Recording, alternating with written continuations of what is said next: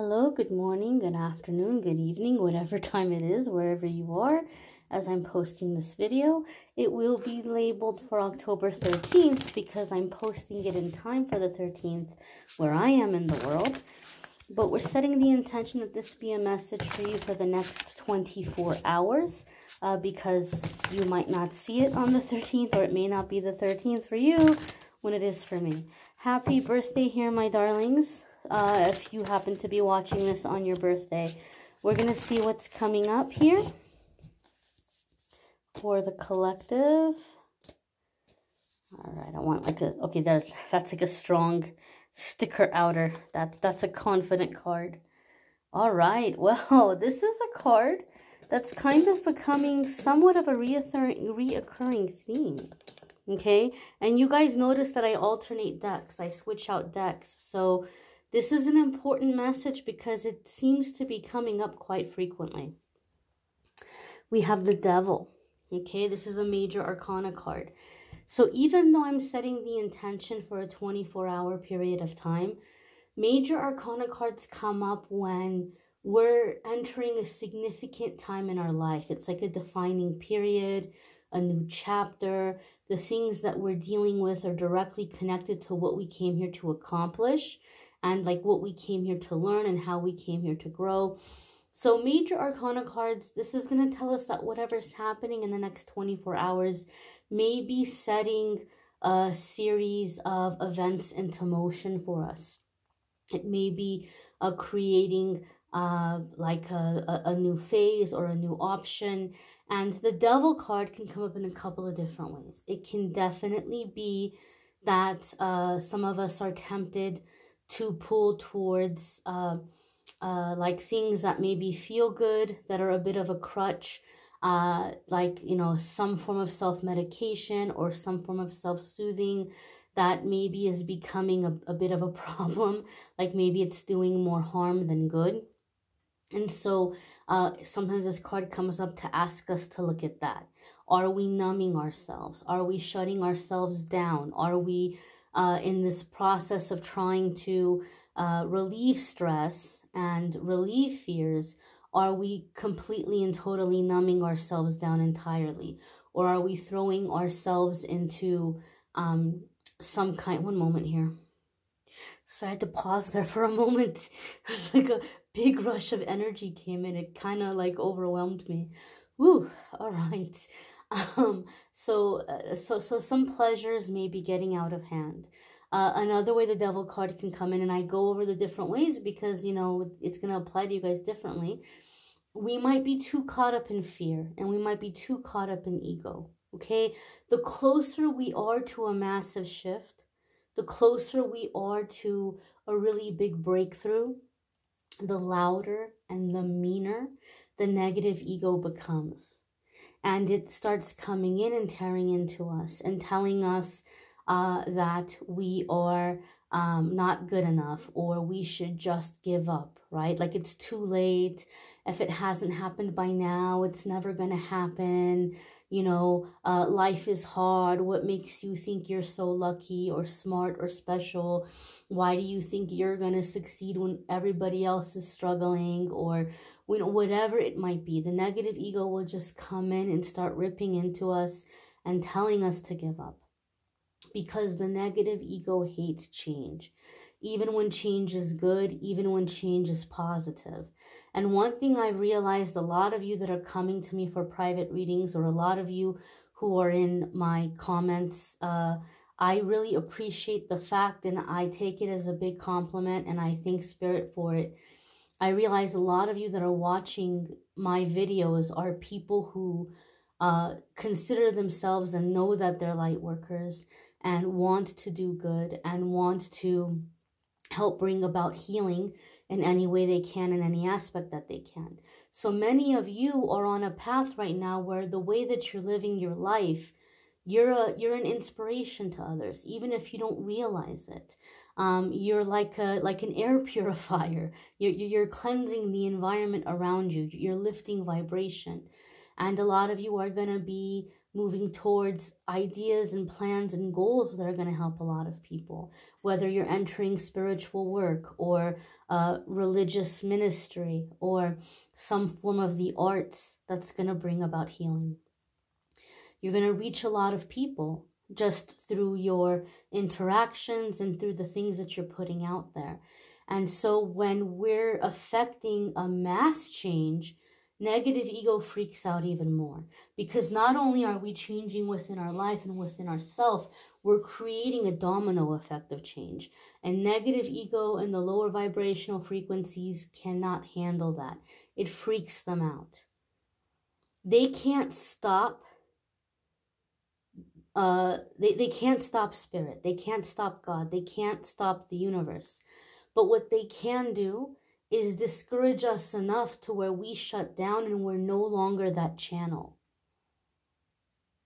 And we're no longer allowing this beauty and this healing to move through us and to be born into the world through us. So this can be a time of psychic attack. Okay, that this has been a reoccurring message. And I feel for some of you, I know that this is a big issue for a lot of light workers, but I know that for some of you, as the intensity of the energies are increasing, right? The energies are really intense right now. As we're getting closer to these shifts, as we're waking up and we're seeing people in the world around us, some of us are seeing a lot of ugliness.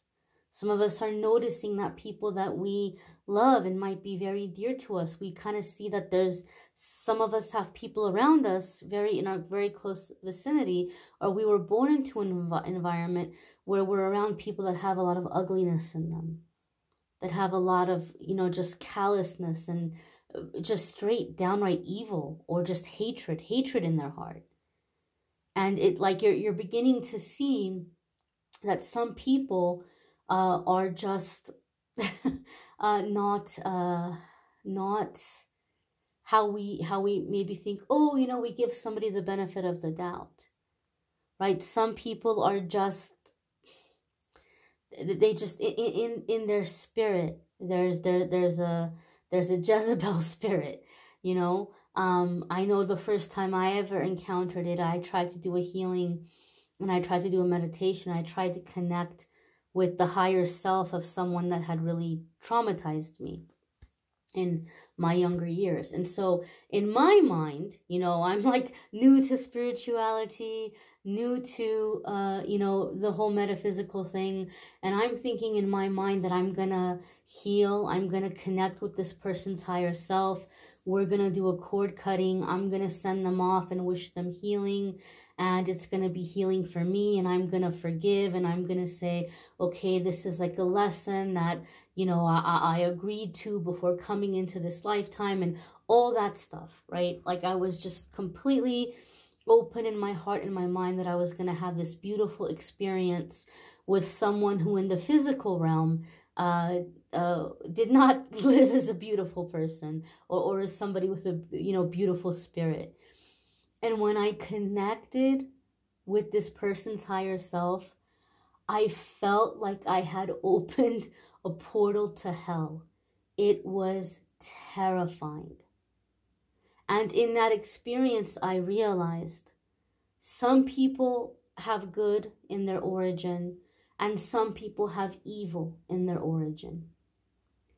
And we want to give everybody the benefit of the doubt, especially as light workers. We always see the good in people, right? We always see the potential for good. We always see the light. But some of you are beginning to see and realize that, there are some people that are what we would call evil. And a lot of this may be coming to the surface more. And for some of you, this is really discouraging. It's really disheartening. And you're just wanting to shut down. Believe me, I know what that feels like. You just you don't want to feel anymore. You don't want to look at it. You don't want to deal with it. Some of you might even feel like, what's the point? Like, why am I going to try to, keep, making the world a better place when there's all of this nastiness everywhere? And you may be tempted to just give up or to shut down or to numb yourself. Or some people just say, you know what?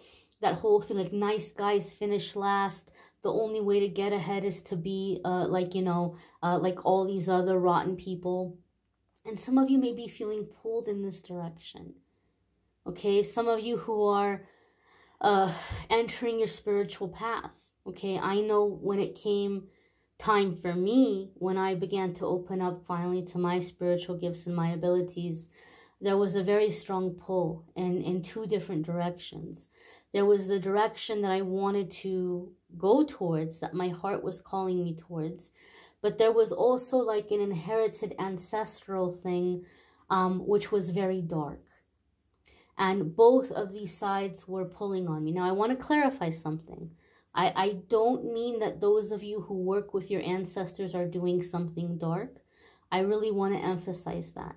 Okay, I'm not saying that you can't work with your ancestors or working with your ancestors is bad or wrong.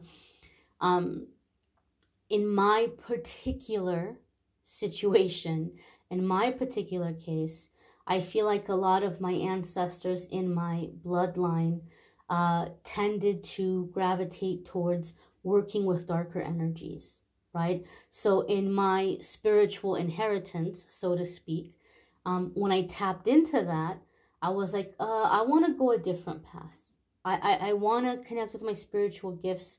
I want to connect with spirit. I want to be of service, but I don't like these energies. And I'm going to kind of step away from this inheritance, and I'm going to connect with a different channel. I'm going to connect with a different vibration.